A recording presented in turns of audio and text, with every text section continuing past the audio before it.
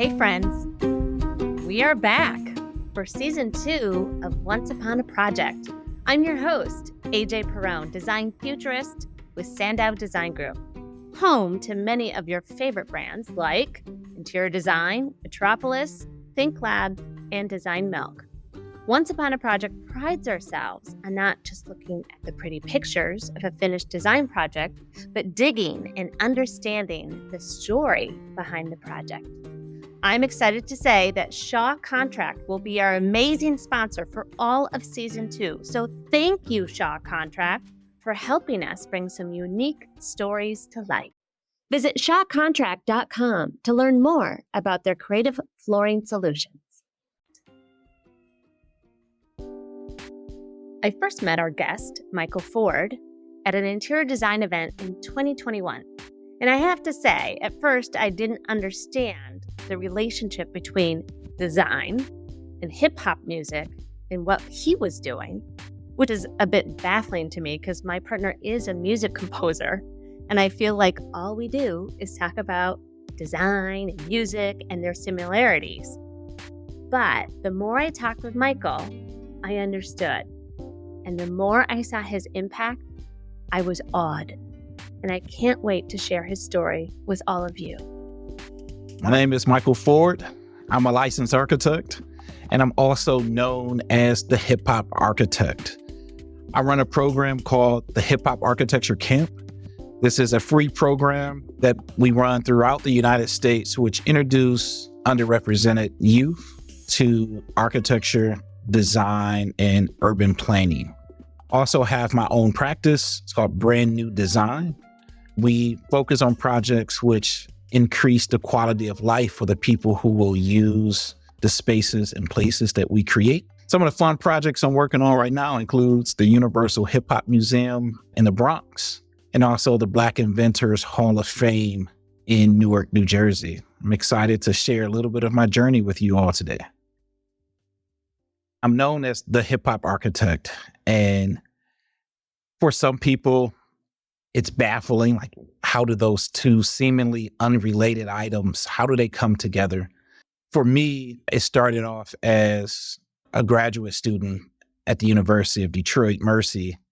I'm getting ready to start graduate school, and it is now time to develop my thesis. It's the summer before the semester starts. I'm working with my thesis advisor, and I'm picking all of the typical topics that people might explore with the graduate thesis. And it all started with a dare, believe it or not, from a friend. Throughout our undergraduate years, we would always have these animations, and we would put music in our animations, and we would sneak in, different words or phrases that might relate to our project. We'll find the perfect song that related to our project. And he said, what if you spent an entire year in graduate school just doing that? Just seeing how music syncs with architecture.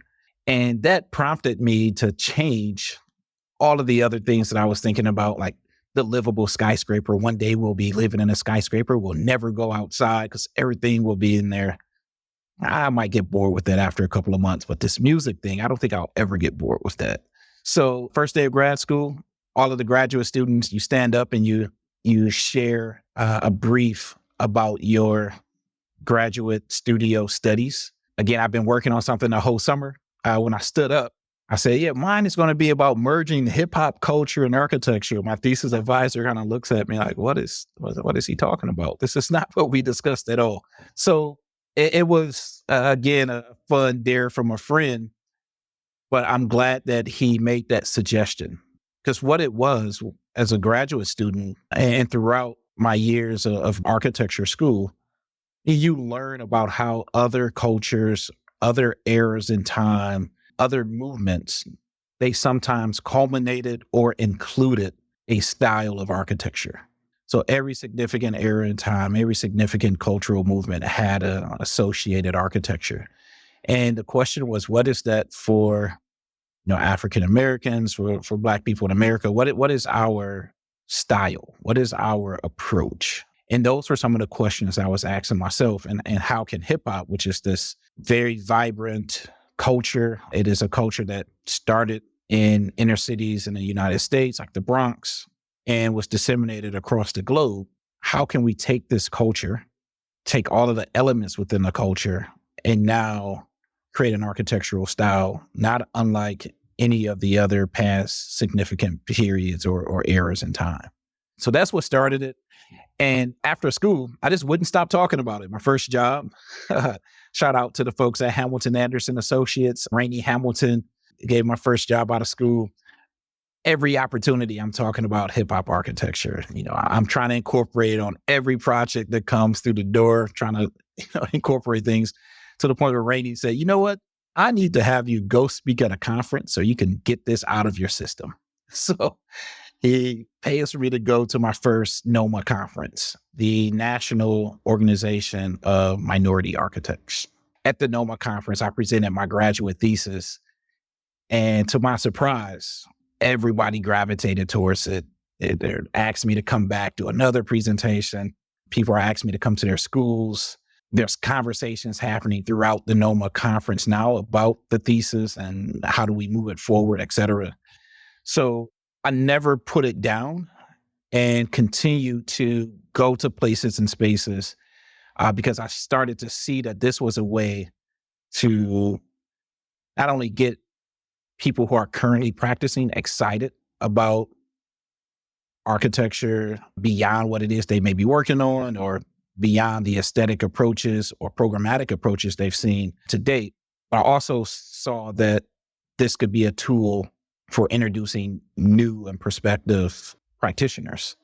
Like, how can we get young people excited about architecture? How can we make them comfortable bringing their culture in and not checking at the door? How can we get them to bring that creativity, that thing that has moved around the entire world, right? Everybody's emulating what our young people have been doing. They're copying it. How can we get them to bring that cultural genius and create with a new medium? So that's why eventually I created the Hip Hop Architecture Camp. It was taking all those years of research at school, all of the lectures and keynotes. So being able to keynote AIA National, American Planning Association's planning conference, and a number of other large conferences, and distilling that down into a program for young people across the country. But before Michael Ford was the hip hop architect, before the camp, even before he was a graduate student, I wanted to know how he came to the profession of architecture and design.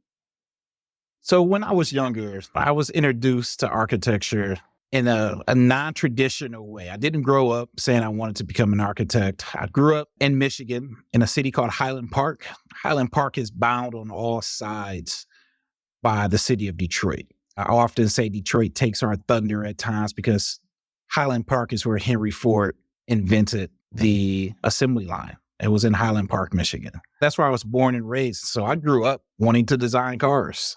I loved to draw as a kid. I would always draw cars. So that was the path I was on. I would say about 10 or 11 years old, my parents enrolled me in a program downtown Detroit to learn about the auto industry in a little bit more detail and what it takes to become a designer within the auto industry. So I'm going through this program and I had some sad realities hit me. The first one was I was told that a new car comes out every year. I had never really thought about that. Every year there's a new car that's going to come out. And you might design that year's model, but it's no guarantee you're going to design the next year's model. And being 10 or 11, coming from a family, we always had the used cars, the cars that barely made it. I remember saying this to my teacher. I said, it's going to take a while for my parents to be able to save up the money to buy the car that I designed. By the time they save up the money, that new car is going to come out. And what if I didn't design it? And I'm going through all these questions with my teacher. She's laughing. I remember this vividly. She said, maybe you want to look at something like architecture. You can design a building. No one has to purchase the building in order to go into it. It's for everybody. And if it's designed right, that building might last longer than you would even live. So people that you don't know today can experience that, much different than a car. And that was my introduction to architecture. After that, go home, I tell my parents about it. And then my dad reveals that he wanted to be an architect growing up. He actually had started some classes in college before me and my four siblings came along. And he took out his portfolio and started showing me some of his sketches and drawings and projects that he had done. And from that moment, I never, wavered. I'm like, I'm going to become an architect. I'm going to make my dad's dream now come true through me. And now I can make some spaces and places that everybody can enjoy. And not everyone has to pay for it in order to enjoy it. But that was my thought pattern as a young man. I can relate to that story. I think most children have the ability to think about design in a way that is about impacting people. Michael was thinking about his family, how his designs might shape their world. For most of us, we lose that as we get older, as we build businesses. But you can see the spark of that young Michael through his use of play with hip-hop music. Let's hear how he combined the two to make something magical. So big question is, what happens when you combine hip hop and architecture? So I'll share two possibilities and two things that I've been talking about for the better part of the last 2 decades. First, there is this innate genius that are in young Black and brown folks around the world that is put off as this deviant behavior. When you look at all of the elements within hip hop, so DJing, breakdancing, graffiti, rapping, they all have qualities that can be extracted and used as tools to advance architecture and design. One of them that I like to focus on with young people is the art of rapping.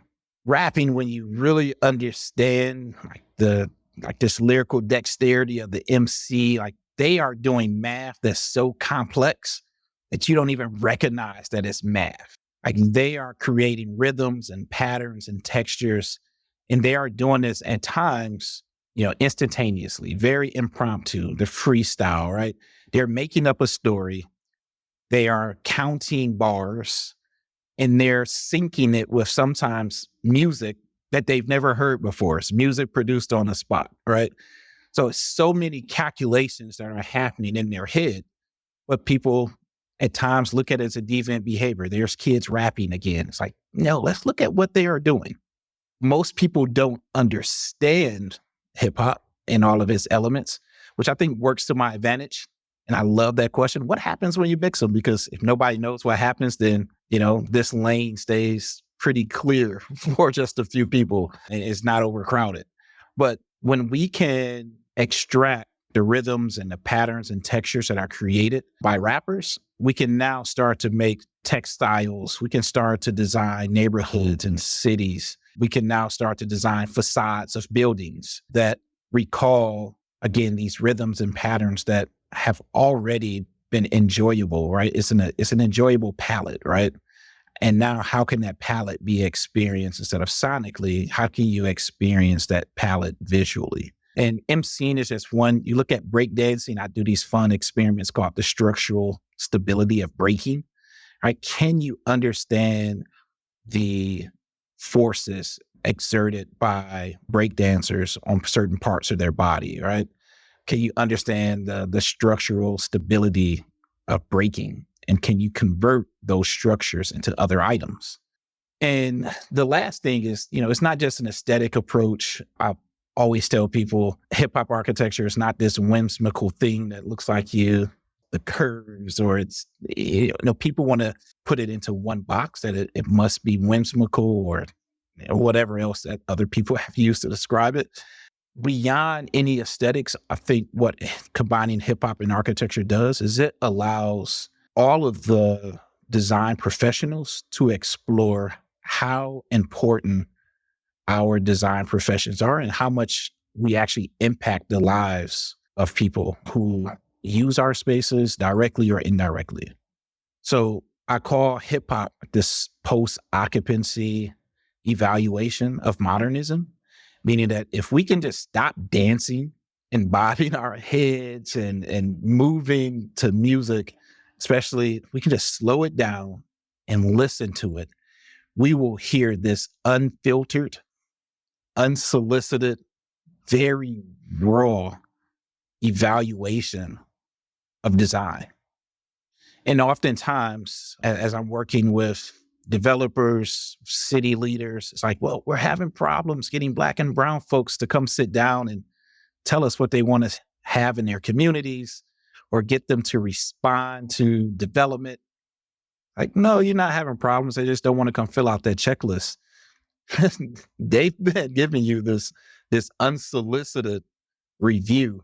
Hip hop is 50 years old now. So you've had this 50-year backlog of critiques and evaluations of, design and how it impacts the lives of people. It shows up through hip hop culture. And what I like to do most beyond any of the design approaches is show architects, interior designers, planners, that we are impacting the lives of folks who oftentimes are not at the table, and they may not be expressing themselves in ways that architects typically or designers typically ask individuals to fill out a post-occupancy evaluation or ask for feedback. So I love to put a rap lyric right next to a design statement for a project and show how that design statement either failed miserably or was perfect, right? Look how people in that neighborhood are responding. Look at the music they're creating. So there's two approaches I like to take. The aesthetic approach, how can this look? How can you bring the genius out and express it in a new medium? But also, how can this be a tool for architects and designers to understand how important our professions are to the lives of people that we're designing for and with. As we learn more about Michael's philosophies with hip hop and architecture, it's not only the creation inspiration where hip hop can influence design, but this idea of hip hop being a lyrical reflection of architecture. Can you imagine a group of architects in their suits and bow ties listening to rap as the true evaluation of what they had built and designed? How incredible would that be? Yet Michael found another way to make hip-hop music as a vehicle to introduce design and inspire youth, especially young people that might not otherwise be familiar to the world of design. At the Hip Hop Architecture Camp, we try to make the program totally accessible. And the kids that we serve are middle school and high school age young folks. So we're serving 6th through 12th graders. This is the 7th year of the Hip Hop Architecture Camp. When we first started 7 years ago, we worked primarily with like 5th through 8th graders. And it's an exciting time now because over the past 3 years, some of our youngest campers or first campers that we started to work with, they're now going to college and they are picking architecture, planning, or interior design.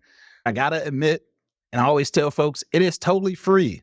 But for all the people that come out and say, hey, can you come run this camp for free? It's free for the students, but we do collect a fee from our sponsors. But the kids pay no fee.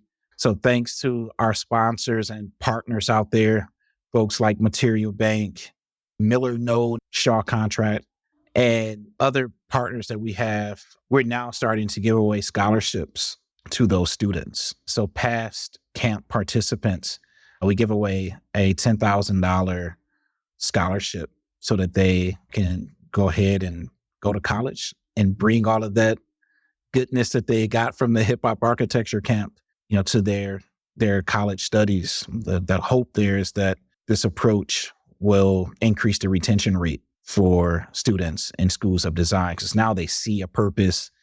They have an approach that sets them apart from their peers. And again, our hope is that it increases the retention rate of minorities and schools of design across the country. I don't know about you, but I loved going to camp as a kid. I asked Michael to walk us through activities at the Hip Hop Architecture Camp to help us better understand the alchemy. The Hip Hop Architecture Camp has a number of fun, exciting curriculum items. It's a week long, and during that week, we create architecture based on the young people's favorite rapper. Then we have the young people create their own rap about the architecture that they just made. And then last, we shoot a music video. We have a rap battle and we take young people to a recording studio. Oftentimes they're there with a famous rapper or someone within the hip hop community. And we film this music video at the end. So our kids feel like rock stars at the camp. But that first assignment that we do, I have broken down my thesis into this very fun workshop. With very young people, we might approach this in a way that they can use and continue to build on once the camp is done. So what we like to do is have them say who their favorite rapper is. And then we will take a few lines from their favorite rapper. I'm going to take a few bars. And I show them mathematically how to deconstruct these lyrics. So we're doing things like syllable counts. We're counting vowels or consonants. We're looking at the density of rhymes within these 4 bars. And then we reconstruct it using tools that they may have at home as well as at the camp. So we rebuilt Chance the Rapper lyrics or Nicki Minaj lyrics or Cardi B lyrics, right? We've rebuilt them with Legos. When we don't have money, we're in a place that we really want to have a camp, but we don't have a partner. Sometimes we don't go to Legos. We use staples, right? We spray paint them, we make them dope. And what happens at the end of this exercise, our young people have a city, well, what looks like a city to most design professionals will come in, a great city that you made. And our kids will be quick to tell you, this is not a city. This is Tupac lyrics. These are lyrics from Queen Latifah, or they will be quick to tell you that it's not a city. But again, for designers, we will easily be able to see how we can now start to convert lyrics into architecture. And then we let them know that rapping isn't easy. So just like we just deconstructed this rap verse and made architecture from it, now we challenge our students to write their own raps about places and spaces they want to see in their communities.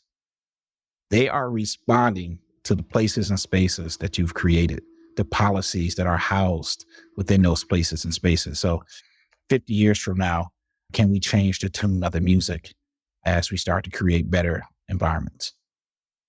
So now they have to write a rap about a business idea that they may have that they're going to design during a camp.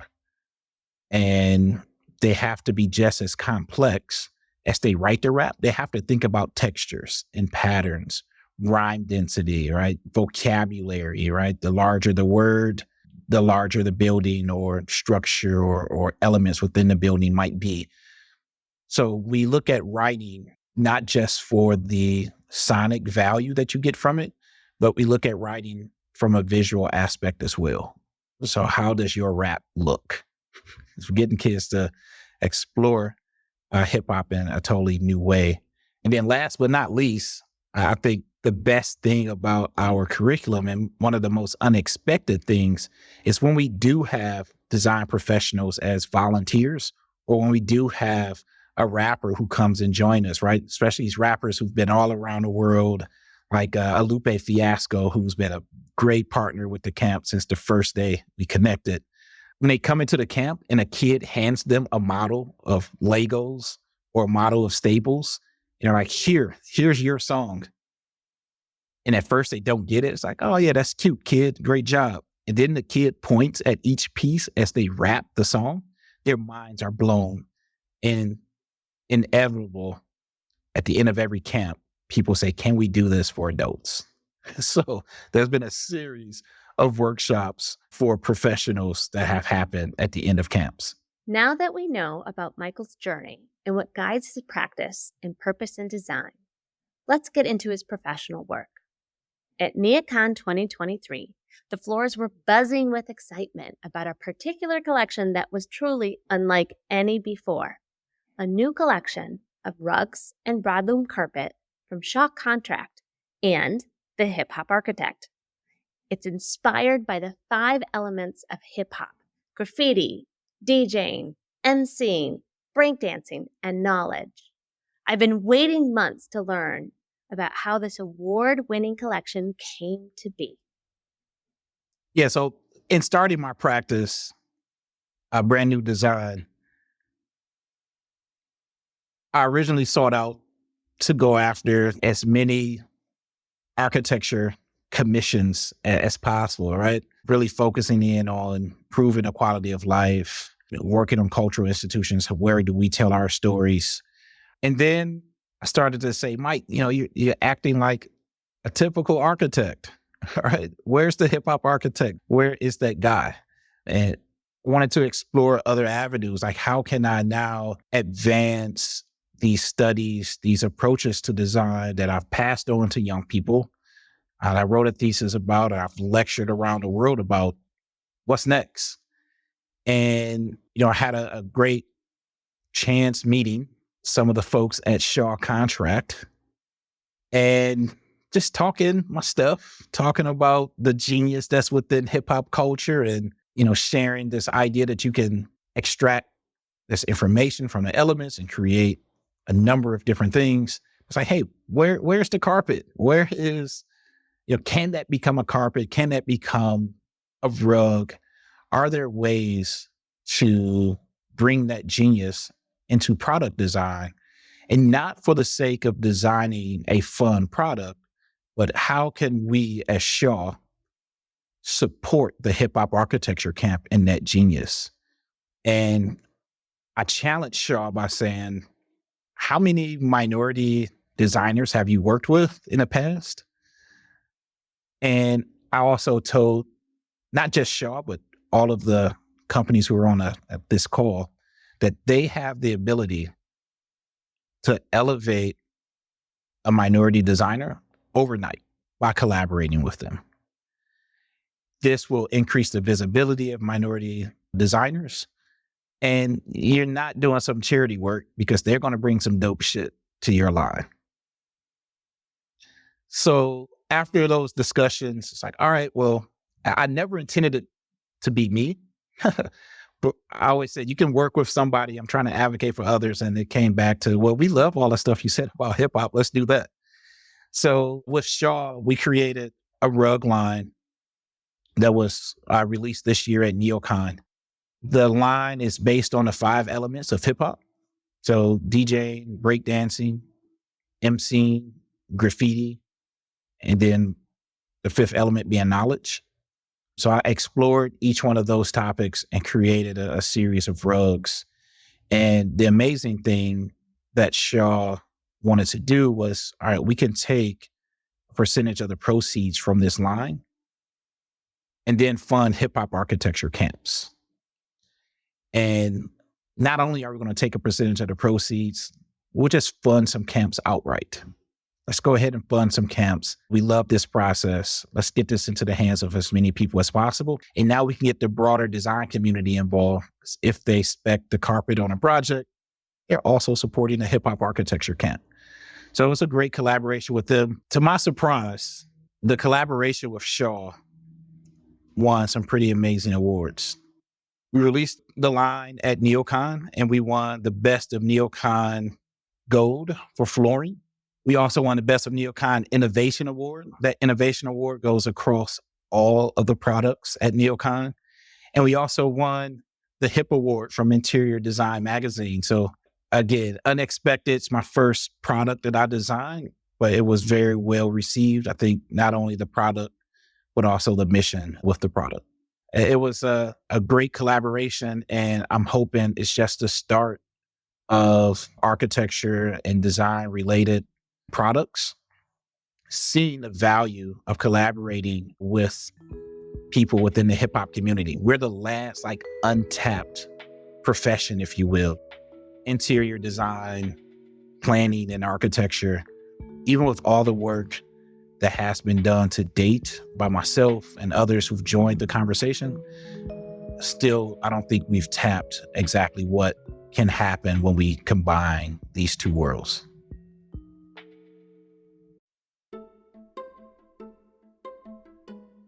In today's world, being neutral is not enough. That applies to how Shaw Contract makes products, how they design, and how they treat other people. Shaw Contract is living this belief through its commitment to circular design by making it easier to participate in its Take Back program. Shaw Contract will now take back a minimum of 100 square yards of EcoWorks carpet tile at no cost because they're committed to recycling as much carpet tile as possible from spaces big and small. And when it comes to people, Shaw Contract is committed to creating a more inclusive design community. The recently launched Mike Ford and Shaw Contract collection of rugs and broadloom supports Mike Ford's hip-hop architecture camps and pays tribute to a genre that has historically given a voice to the voiceless. Learn more about Shaw Contract's sustainability initiatives and products at www.shawcontract.com.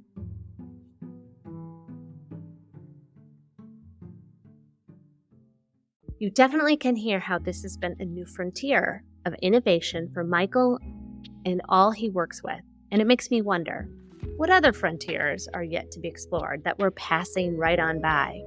Of course, the success of his product launch was in part because he had a partner that believed in him. I asked Michael what was his favorite part in designing a product. My favorite part of working with Shaw during this collaboration was learning a new language, if you will, being able to add to my vocabulary. I did not run around talking about broadloom. Everything was carpet. Everything was a rug. I did not have the vocabulary to really talk about that product. So it was great, not only adding that vocabulary and learning the ins and outs of what it takes, what the limitations of machines were, color palettes, et cetera. The other thing that I'm always doing is trying to see how the language cross over to hip hop, right? What words, what phrases, what techniques that are used when you are creating rugs? How can I start to explain this to young people and have them not only gravitate because of how it's presented, but encourage them to riff on it, to remix it, and have fun with this approach. So it was great. They have a great team. And the biggest challenge I gave them, which they rose to the occasion, a few weeks out from NeoCon, I wanted to make some changes to our design process. So when I went to Shaw with the modifications to the products we had designed, those modifications was based on representing hip hop in its totality. When I sat down originally, the excitement was around, again, looking at lyrics and looking at the MC and how you might see music as opposed to hearing music. There are so many other avenues. So I wanted to represent all of the elements of hip hop. How do we represent breakdancing? All right. So looking at the cardboard floors that B-boys and B-girls made back in the day, they threw down their own cardboard. They were literally making their own floors. How do we incorporate that? So looking at the weathering and the damage and, the corrugation of cardboard and bringing that into our design process. How do we look at DJing? So exploring not just the DJs today who might DJ from a MacBook, but how do we look at some of the early DJs who walked around with crates of vinyl? How do we bring hip hop in its totality to this conversation? And that was a change that I wanted to make.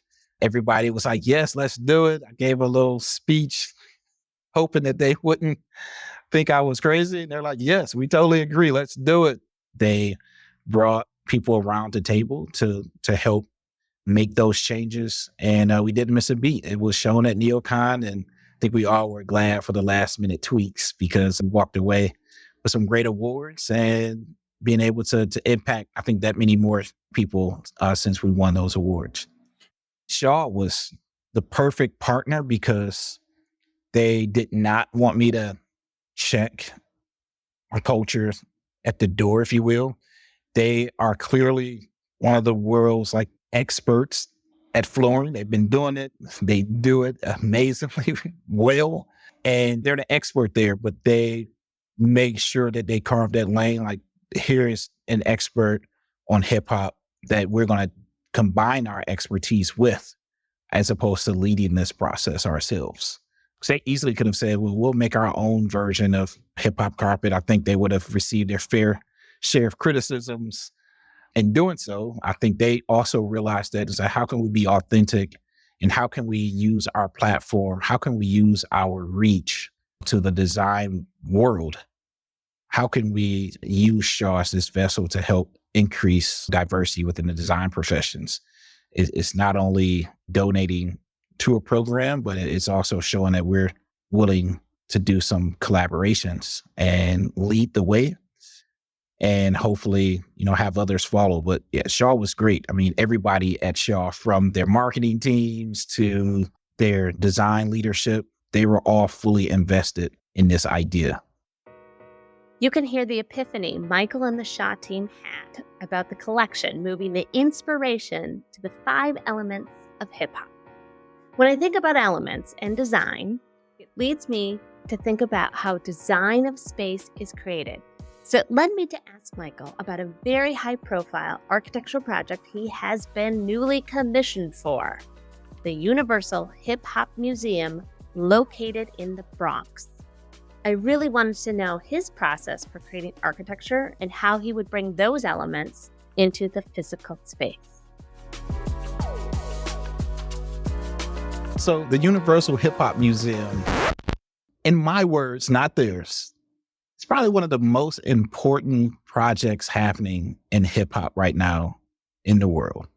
I'm not going to put that pressure on them and say they said it. I'll say I said it, because it is going to be, the first museum in a country that is solely dedicated to hip hop, and it's permanent and it's of size. Like, there are some other amazing projects that celebrate hip hop, but they might be a part of a larger institution. This one is a standalone, almost 50,000 square foot project that's located in the Bronx, the birthplace of hip hop. I got involved in this project in a very fun and unexpected way. I moved from Detroit to Madison, Wisconsin.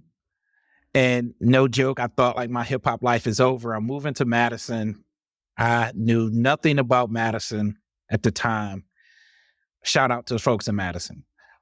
But to my surprise, University of Wisconsin-Madison had a full scholarship program where students came to study hip hop. And they had a guest speaker, Curtis Blow. And I knew a professor. He said, hey, Curtis, you got to meet this guy, Mike Ford. He calls himself the hip hop architect. And he knew that Curtis Blow was kicking around this idea of starting a hip hop museum. So he introduced the two of us after Curtis Blow lecture. The rest was history. I met Curtis. He introduced me to his leadership team that he had formed at the museum. And they asked me, how would I approach the project? I said, well, first, I'm not designing this thing myself. They wanted me to produce some images so they can start raising some funds. I'm like, I cannot do that. Not yet. Let's have a design charrette.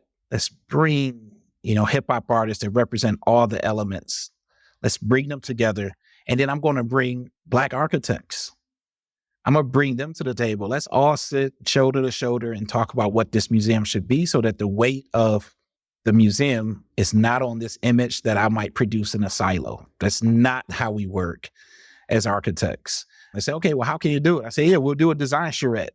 The hell is that? It's like, it's like a cipher. It's like a jam session. You get together, throw out ideas, something comes out. They then told me, don't ever say design charrette when they introduce me to somebody else. Just call it a design cipher. I said, all right, I'll never say charrette again. So we put on a series of design ciphers, started off in the Bronx, then we jumped around the country with Microsoft, went to LA, went to Atlanta, Detroit, and having discussions with, hip hop leaders, educators, young people in high school and college about what the museum should be, what should the exhibits be. And the big question was, how do we not gentrify a neighborhood in the Bronx by placing a museum there, right? Fast forward through some of the challenges, like the pandemic, projects kind of stopped and started. And right now, I'm serving as the lead architect on the project. So my firm, Brand New Design, which includes The young man, my friend that I talked about who challenged me to change my thesis, he's on the team working on the museum as well. So it's like this full circle moment for us as practitioners. And then for the museum, it has its own set of challenges, which are extremely fun to approach. One is this is not a museum about the Bronx. It is about the universal global culture of hip hop.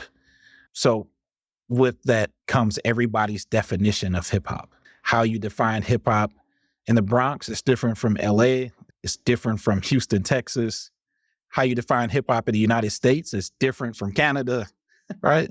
North America is like every continent, every country, everybody define hip hop differently. So how does the museum, both architecturally and through its storytelling, make everyone feel like, yes, this is our museum? And here's the magic of Michael Ford. He brings unique tools to the table and lets everyone have a voice and co-create. It's the ultimate maestro of the jam session. And that is unique in design. The Universal Hip Hop Museum, the construction will be completed and the doors will open in April of 2025. Our original goal was to be open in August of 2023, which is the 50th anniversary of hip hop, but 2 years set back with the pandemic. One of the dreams that I have for the museum, not just myself, but everybody who's part of the design team, we want the innovators, the pioneers of hip hop to come in and see themselves within that space, literally and figuratively. Then we also want, the current innovators and also future practitioners, the people who take hip hop 50 years into the future. We want them to see themselves. So multi-generational space. And we've had glimmers of that.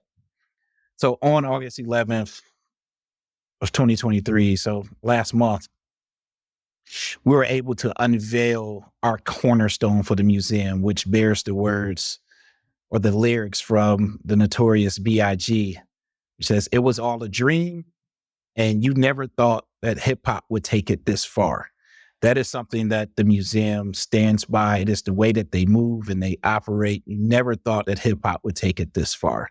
And to be able to unveil that cornerstone and to share that moment with the children of Notorious B.I.G. on his birthday, we presented them with a plaque, letting them know that this was going to be unveiled on August 11th. So for them to see their dad and his contribution to hip hop, we played out at the museum, but then also to be able to see Chuck D and Flavor Flav of Public Enemy, Kendrick Lamar, people like Charlie Ahern, the director of the movie Wild Style, to be able to see them come to the museum on the 50th anniversary, to see their images in the windows as construction advances on the project. That was a very rewarding experience to see them taking selfies with themselves on photos in the background, right? So that they can see the fruit of their labor. 50 years later, the culture is still going strong. And this museum wouldn't be here if not for them. So my hope is when the doors open, everybody across all generations see themselves within the museum. There is a famous quote by Goethe that says, "Architecture is frozen music, and music is liquid architecture." The building for the Universal Hip Hop Museum is a snapshot in time for the hip hop industry and culture, but the ongoing creative use of the music to inspire new designs and thinking, that is fluidity at its best.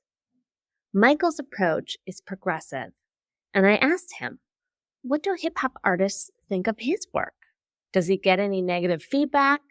How about the design community? So I've received a variety of responses to this approach as a professional or as an educator. From the design community, it started off with, "What are you doing? I have no idea what's happening."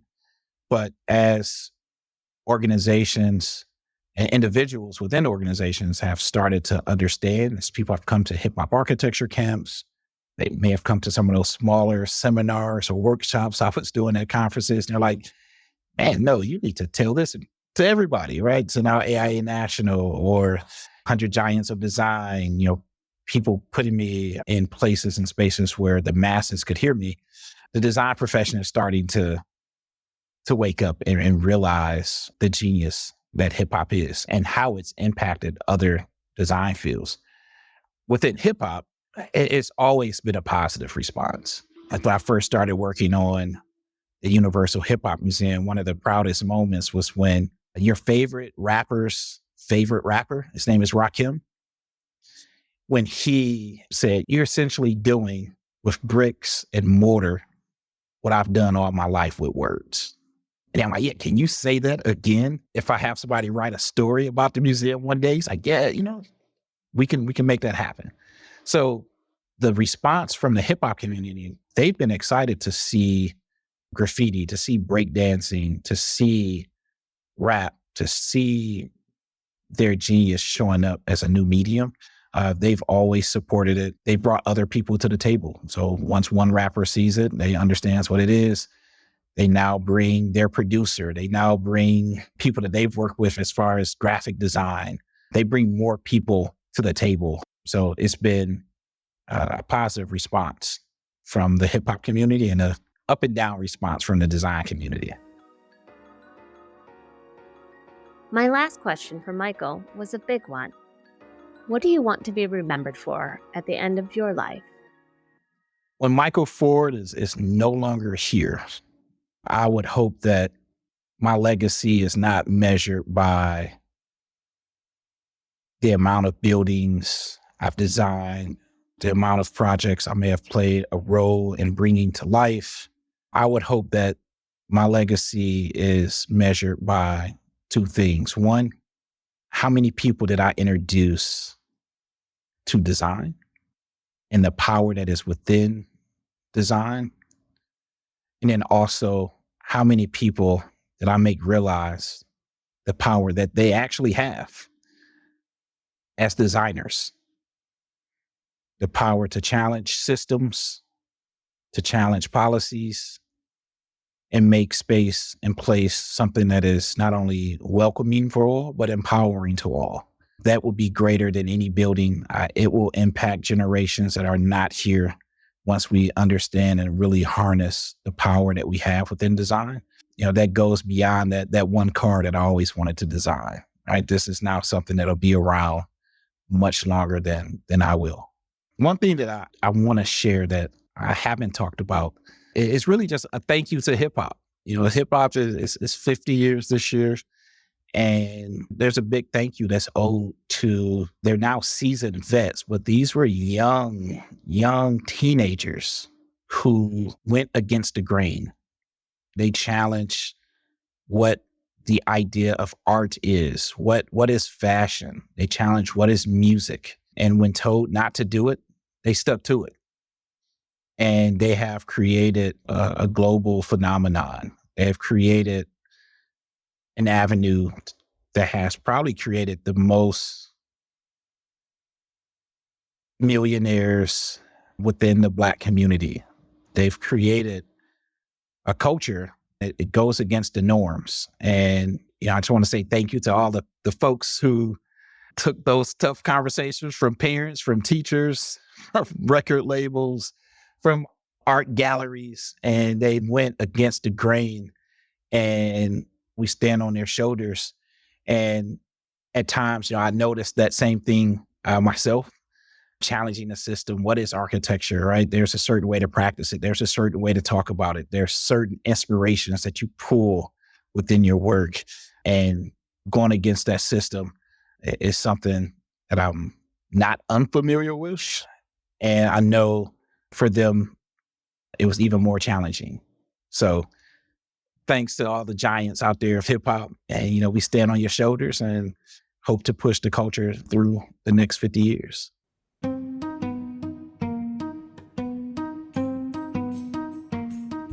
And for me, I personally cannot wait to see what Michael Ford will accomplish and who he will inspire in the next 50 years. A huge thank you to Shaw Contract for not only being a great partner to Michael Ford and the Hip Hop Architecture Camps, but also our season sponsor. Thank you for listening to Once Upon a Project. You can check out Michael Ford's camp and firm at hiphoparchitecture.com. Once Upon a Project was produced by Surround, a podcast network by Sandow. A special thanks for our amazing production crew, Wise Grisette, Rob Schulte, and Hannah Beatty. Thanks for listening, and I can't wait for you to hear our next story.